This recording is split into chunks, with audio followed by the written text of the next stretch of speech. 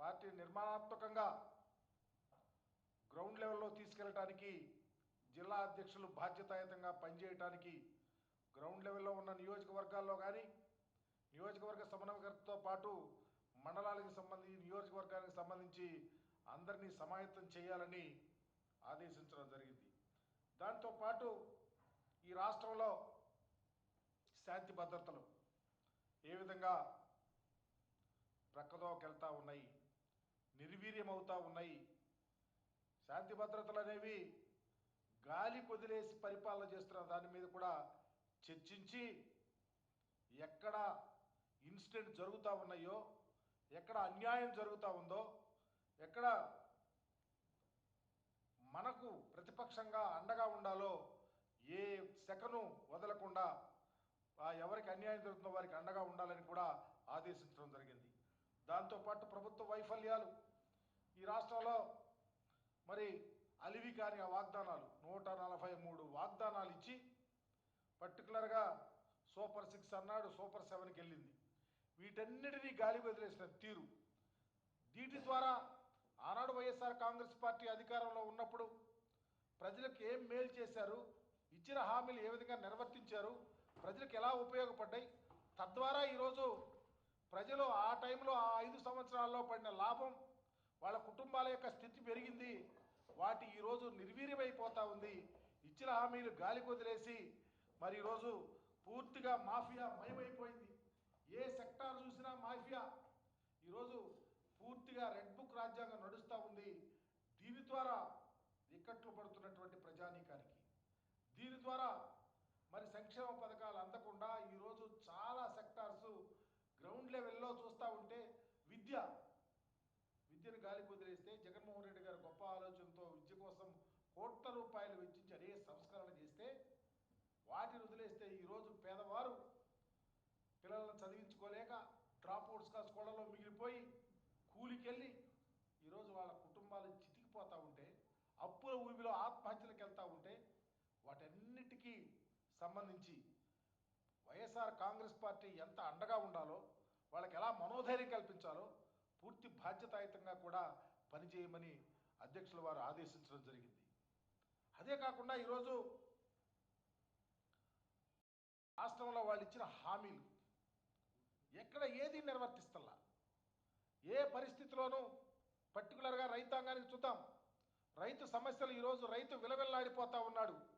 ఎండకు మండికి ఎలా మసైపోతూ ఉందో ఈ రాష్ట్రంలో రైతు సంక్షేమానికి బీటలు వేసినటువంటి ప్రభుత్వం జగన్మోహన్ రెడ్డి గారు, ఆనాడు రాజశేఖర రెడ్డి గారు ఎంత గొప్పగా వ్యవసాయం దండుగ కాదు పండుగలాగా పనిచేయాలని చెప్పారో, అంతకన్నా మిన్నగా ఈరోజు జగన్మోహన్ రెడ్డి గారు ముఖ్యమంత్రిగా ఉన్నప్పుడు పనిచేస్తే రైతులు సుభిక్షంగా ఉంటే, పంట పండిస్తే మద్దతు ధర, పంట పండించడానికి ముందు వ్యవసాయం చేసుకునే తరుణంలో 13,500 రూపాయలు ఇచ్చి రైతుకు ఆదుకున్న తీరు, రైతులకు సంబంధించి కెలామిటీస్ వస్తే ఆదుకోవటానికి ప్రత్యేకమైన నిధి 3 సంవత్సరాల క్రితమే అనౌన్స్ చేసి మద్దతు ధరతో ఏ పంటకైనా కొన్నటువంటి తీరు ఏ రైతు పార్టీలు చూడాల. రైతు కౌలు రైతు సుభిక్షంగా ఉంటే ఈరోజు రైతుట దారుణంగా అప్పుల ఊబిలోకి వెళ్ళారో ప్రజలందరికీ తెలుస్తూ ఉంది. అందుకనే మిర్చి రైతులకి అండగా ఉండాలని, మిర్చి రైతుల కోసం వైఎస్ఆర్ కాంగ్రెస్ పార్టీ ఎక్కడ అవకాశం ఉంటే అక్కడ, ఇదివరకు ప్రభుత్వం ఏం చేసింది, ఇప్పుడు ఎంత లాస్ అవుతుందో తెలిసి రాబోయే రోజుల్లో వైఎస్ఆర్ కాంగ్రెస్ పార్టీ అధికారంలోకి వస్తే ఎలా అండగా ఉంటామో చెప్పాల్సిన బాధ్యత ఉందని కూడా చెప్పడం జరిగింది.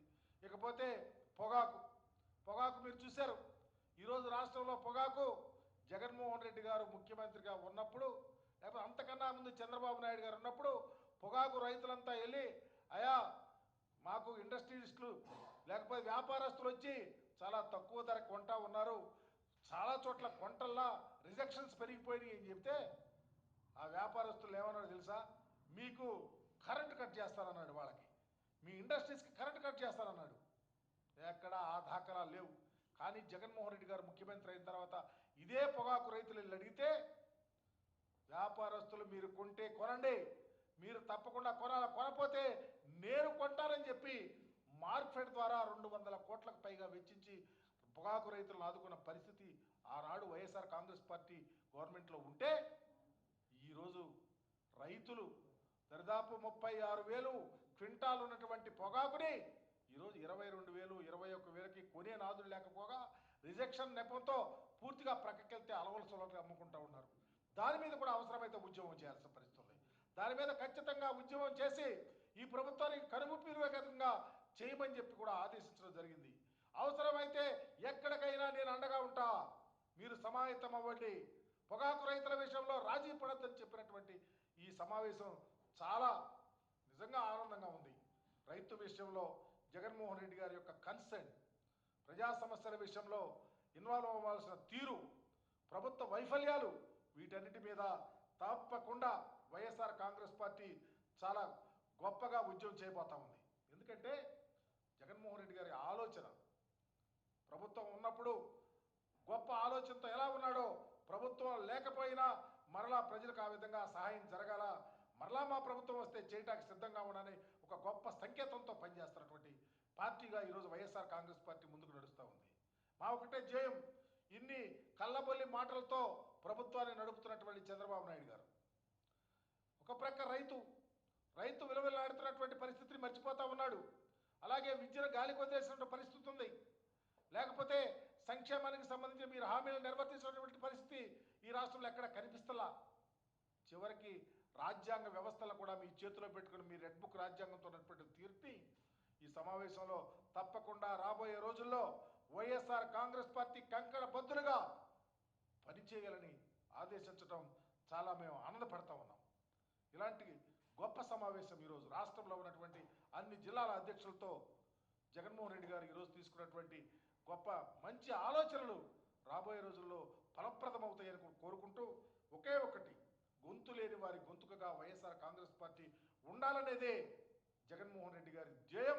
ఆ కోణంలో ముందుకు నడుస్తామని, ముందుకు వెళ్ళాలని కింద గొప్ప ఆలోచనలను ప్రజలకు తెలియపరచాలని మీ ద్వారా తెలియపరుస్తా ఉన్నాను.